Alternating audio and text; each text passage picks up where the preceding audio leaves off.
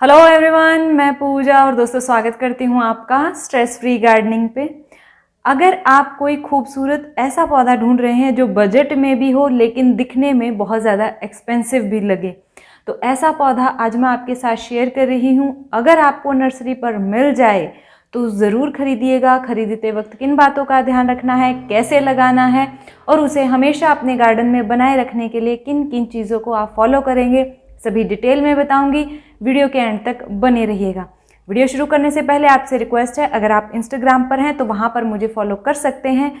इसके अलावा आप मुझे मेरे सेकंड चैनल पूजा नैनराना के नाम से उसको भी फॉलो कर सकते हैं कुछ डिफरेंट वीडियोस के लिए। तो चलिए दोस्तों, शुरू करते हैं फटाफट से आज का वीडियो। तो दोस्तों, वो प्लांट है बनाना पाम प्लांट, यानी कि इसकी जो पत्तियां हैं वो बनाना की जो पत्तियां होती हैं, बनाना प्लांट की जो पत्तियां होती हैं, बनाना ट्री की जो पत्तियां होती हैं, बिल्कुल वैसी ही दिखने में होती हैं। लेकिन ये पाम की एक वैरायटी है जो काफ़ी खूबसूरती से बढ़ती है। अगर आप इसको अभी खरीदने वाले हैं या खरीदने की सोच रहे हैं या देखकर अभी आप लेने का मन आपका हुआ है, तो आप ध्यान रखेंगे कम से कम 7 से 8 पत्तियां प्लांट में ज़रूर होनी चाहिए अगर आप अभी इसको खरीद रहे हैं। अदरवाइज इसको आप मार्च में जाकर खरीदिएगा अगर 1-2 पत्ती का आपको मिलता है, क्योंकि उस समय पर इसकी ग्रोथ स्टार्ट होती है। अभी इसकी ग्रोथ रहेगी ऐसा नहीं है, ये डाउन हो जाता है, सर्दियों में ग्रोथ रहती है, लेकिन हाँ, नई ग्रोथ फटाफट नहीं निकलती है, ग्रोथ स्लो रहती है। अगर आप ज़्यादा पत्तियों के साथ या ज़्यादा ग्रोथ के साथ प्लांट को लेकर आते हैं तो सर्दियों में इसके सर्वाइव करने के और आपके गार्डन में बने रहने के चांस भी बढ़ जाते हैं। पहला और सबसे मेन पॉइंट आता है गमले का। तो गमले का दोस्तों वैसे आपको ग्रोथ पर ही ध्यान रखना होगा। ग्रोथ काफ़ी अच्छी है तो उसी हिसाब से इसको गमला देना होगा। इसके लिए मेरे हिसाब से बेसिक जो गमला आप चूज़ करेंगे वो 12 इंच का ज़रूर होना चाहिए। जड़ें बहुत ज़्यादा फैलती हैं, जल्दी से फैलती हैं और ग्रोथ फटाफट करता है। इसको जितनी मिट्टी, जितना पोषण मिलेगा, इसकी जो पत्तियां हैं उतना ही अच्छा और उतना ही लंबा ग्रो करेंगी। यानी इसकी पत्तियां बड़ी बड़ी चाहिए तो मिट्टी थोड़ी ज़्यादा होनी चाहिए, इस बात का ध्यान रखिएगा। खाद का भी ध्यान रखना है, वो भी आपको बताऊंगी। तो 12 इंच का गमला इसके लिए पहली बार आप लगा रहे हैं तो सफिशिएंट रहेगा, आपको इतना लेना पड़ेगा। अब सेकंड पॉइंट आता है मिट्टी का। तो दोस्तों, इसके लिए मिट्टी पोरस रखनी है, जिसमें एक भाग हम लेंगे गार्डन सॉइल का, एक भाग लेंगे हम सैंड का। जी हाँ, जो कंस्ट्रक्शन में काम आती है, जो ग्रे कलर की वो चमकीली सी होती है उसी का। उसमें थोड़े थोड़े कंकड़ पत्थर होने चाहिए ताकि एरिएशन मिट्टी में बना रहे। इसके अलावा आप इसमें कोई भी खाद का इस्तेमाल कर सकते हैं। ध्यान ये रखना है, अगर आपकी मिट्टी चीकनी है फिर आप सैंड का इस्तेमाल नहीं करेंगे, फिर आप कोकोपीट का इस्तेमाल करेंगे। अगर आपकी मिट्टी चिकनी नहीं है, नॉर्मल है, तो आप बराबर मात्रा में सैंड, बराबर मात्रा में कंपोस्ट लेंगे। वर्मी कंपोस्ट या गोबर की खाद कोई भी आप ले सकते हैं, कोई प्रॉब्लम नहीं है, दोनों ही इसको पसंद है। तो ऐसी मिट्टी आपको बनानी है जिसमें पानी ना रुके। आप उंगली से चेक करें, मिट्टी नरम हो और जल्दी से कुरेदी जा सके। अब जो तीसरा पॉइंट आता है वो आता है कि इसको लोकेशन कौन सी दे। तो जो दोस्तों इसको लोकेशन देंगे, अपने घर में इसको जो स्थान देंगे वो ऐसा देंगे जहाँ पर इसको हार्श लाइट ना मिले, यानी डायरेक्ट सन 10 बजे के बाद ना मिले। 10 बजे के बाद से लेकर 4 बजे तक जो तेज़ धूप होती है उससे पौधा गर्मियों के दौरान बचे, और सर्दियों में आप इसे पूरे दिन की धूप दे सकते हैं अगर आपके घर में आती है। सर्दियों में भी जब दिसंबर में, जनवरी में और फरवरी में, ये 3 महीने इसको फुल सन दे सकते हैं। उसके बाद इसको सुबह के 2-3 घंटे या फिर शाम के 2-3 घंटे की धूप मिल जाए, ऐसी लोकेशन आपको देनी है। जी हाँ, बिल्कुल शेड में रखेंगे। शेड में मतलब इंडोर रखेंगे तो ग्रोथ आपको अच्छी नहीं मिलेगी, प्लांट जल्दी से गल जाएगा, ग्रोथ नहीं कर पाएगा। अब अगर आपके घर में धूप नहीं आती है लेकिन धूप जैसी लाइट प्रॉपर आती है, यानी आपकी बालकनी ऐसी है जहां डायरेक्ट सन ना आते हुए इनडायरेक्ट सनलाइट आती है, तो वैसी जगह पर भी ये सर्वाइव आराम से कर जाएगा। पानी का ध्यान रखिएगा, मिट्टी को नर्म रखिएगा। और गमला जो आप चूज करेंगे, अगर आप शेड वाले एरिया में रख रहे हैं, यानी जहाँ पर डायरेक्ट सन इसको नहीं मिल रहा है, वहाँ पर मिट्टी के गमले का इस्तेमाल करें ताकि इसकी जो जड़ें हैं, जो इसकी जड़ों में मिट्टी है, वो जल्दी से सूख जाए। तो क्ले पॉट का अगर आप इस्तेमाल करेंगे बजाय के प्लास्टिक या सिरेमिक, तो इसकी ग्रोथ पर उसका असर पड़ता है, क्योंकि पानी जल्दी सूखता है, और जब पानी जल्दी सूखता है तो जड़ें गलती नहीं है। समय समय पर पोषण देना भी पौधे को आसान हो जाता है। तो ये चीज़ आप कर सकते हैं अगर आप शेड में रख रहे हैं। और शेड भी बिल्कुल इंडोर नहीं चलेगा ये प्लांट। हाँ, इंडोर रख सकते हैं, जैसे अभी दिवाली आ रही है या ऐसे ही किसी फंक्शन के लिए आप रखना चाहते हैं तो 2-3 दिन अंदर शिफ्ट कर लीजिए, कोई प्रॉब्लम नहीं है, फिर वापस उसकी जगह पर उसको रख दीजिए तो अंदर चल जाएगा। 3-4 दिन आप आराम से रख सकते हैं। जैसे अभी आप देख रहे हैं कितनी लाइट यहाँ विंडो से आ रही है, तो यहाँ मैं इसको 3-4 दिन, 1 हफ्ता भी रखूँगी, कोई प्रॉब्लम नहीं होगी। लेकिन हाँ, मेनली इसकी ग्रोथ के लिए इसे हमें आउटडोर रखना होगा अगर हम इसे हमेशा अपने गार्डन में बनाए रखना चाहते हैं। अब बारी आती है पोषण की। तो दोस्तों, पोषण की अगर बात करें तो अभी अगर हमने इसको लगाया है और गोबर की खाद का इस्तेमाल किया है तो 6 महीने तक किसी खाद का इस्तेमाल आपको करने की ज़रूरत नहीं है।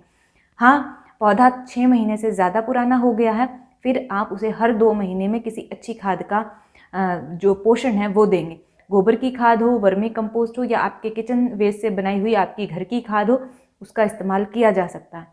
अब बिजी रहते हैं या फिर बार बार मिट्टी को चेंज नहीं कर सकते, चेंज मीन्स कि थोड़ी मिट्टी निकाल कर फिर खाद मिलाकर वैसा काम नहीं कर सकते हैं, तो आप लिक्विड खाद का भी इस्तेमाल कर सकते हैं, जैसे कि NPK 1919 है या ऐसी खाद जिसमें नाइट्रोजन की मात्रा ज़्यादा हो। इसके अलावा आप यूरिया का इस्तेमाल भी इसके लिए कर सकते हैं, क्योंकि यूरिया ग्रीन जो पार्ट होता है उसको और ज़्यादा डेवलप करती है, ग्रोथ अच्छी करती है, इसीलिए वो दानेदार जो यूरिया होती है उसका इस्तेमाल भी इसमें आप कर सकते हैं।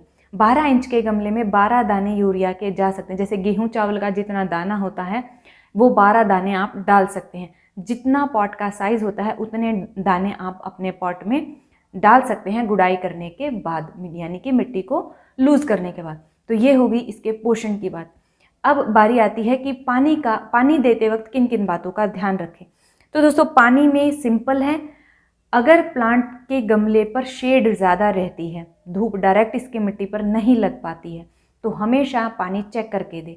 इसके अलावा अगर आपका गमला जो है वो प्लास्टिक का है या सिरेमिक पॉट का आप इस्तेमाल कर रहे हैं, तो भी आपको मिट्टी उंगली से चेक करनी है। सूखी लगे और आपको लगे हाँ 60-70% तक मिट्टी सूख गई होगी, तो आप पानी आराम से दें। पत्तियाँ बड़ी हैं, अगर मिट्टी लगातार सूखी रहेगी तो भी इसकी जो एजेस हैं ये ब्राउन होना शुरू हो जाएंगी और ख़राब लगेगा हमारा प्लांट, इतनी अच्छी ग्रोथ फिर नहीं कर पाएगा। तो पानी को मेंटेन करना बहुत ज़रूरी है। मिट्टी में हल्की नमी और इसकी मिट्टी को हल्का लूज़ रखेंगे तो प्रॉब्लम बिल्कुल भी नहीं होगी, पत्तियाँ अच्छा ग्रो करेंगी, पोषण लेती रहेंगी। अब बारी आती है प्रॉब्लम्स की। तो दोस्तों, पहली प्रॉब्लम आती है हमेशा किसी भी प्लांट में, वो आती है उसकी लोकेशन की वजह से और उसके पानी के ऊपर नीचे होने की वजह से। तो इन दोनों का आप ध्यान रखेंगे। लोकेशन 2 से 3 घंटे की धूप वाली हो या इनडायरेक्ट धूप वाली हो या ग्रीन नेट के नीचे हो जहाँ छन कर धूप आ रही हो, वहाँ पर आप इसको 1 दिन छोड़ के 1 दिन पानी ईजिली दे सकते हैं। बहुत ज़्यादा गर्मी में डेली पानी दिया जा सकता है। इसके अलावा आपका गमला प्लास्टिक का है तो हमेशा चेक करके ही देंगे तो प्रॉब्लम नहीं होगी।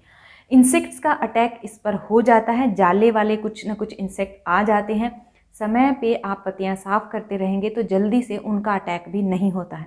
फिर भी अटैक हो जाए तो इंसेक्टिसाइड का इस्तेमाल करें या नीम ऑयल का इस्तेमाल करें। नीम ऑयल हर 20 दिन में अगर आप स्प्रे करते रहते हैं तो आपको कभी भी अपने पौधों पर इंसेक्ट्स नहीं मिलेंगे।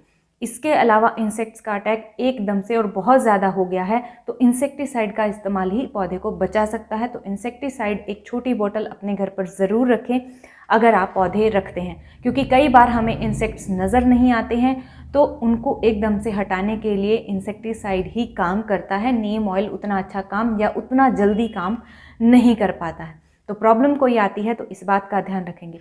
महीने में एक बार थोड़ा सा फंजीसाइड या 15 दिन में एक बार आधा चम्मच हल्दी इसकी मिट्टी में ज़रूर डालें ताकि इसकी जड़ों में कोई प्रॉब्लम ना हो फंगस के कारण। और जल्दी जल्दी रिपॉट करने की ज़रूरत नहीं रहेगी, गमला बड़ा है तो। जब आपको लगे जड़ें ऊपर नज़र आने लगी हैं, नीचे से निकल आने लगी हैं, तो आप रिपॉट ज़रूर करें। नहीं तो जड़ें गल जाती हैं, पोषण नहीं ले पाती हैं और पौधा हमारा ख़राब हो जाता है ओवर ग्रो एक बाउंड्री के अंदर होने के कारण। तो इस बात का आपको ध्यान रखना है। अब बारी आती है इसको डिवाइड करने की या मल्टीप्लाई करने की। तो दोस्तों, कई बार इसके बेबी प्लांट साइड से निकल आते हैं लेकिन वो बहुत लेट आते हैं। इसको आप डिवाइड करके मल्टीप्लाई कर सकते हैं। इसकी पत्तियों के द्वारा ये नहीं उगता है, तो हमेशा ऐसा ना करें कि पत्ती काट कर लगा दी तो उग जाएगा, नहीं, ये अपनी पत्ती से नहीं उगता है। इसके बेबी प्लांट साइड से निकलते हैं।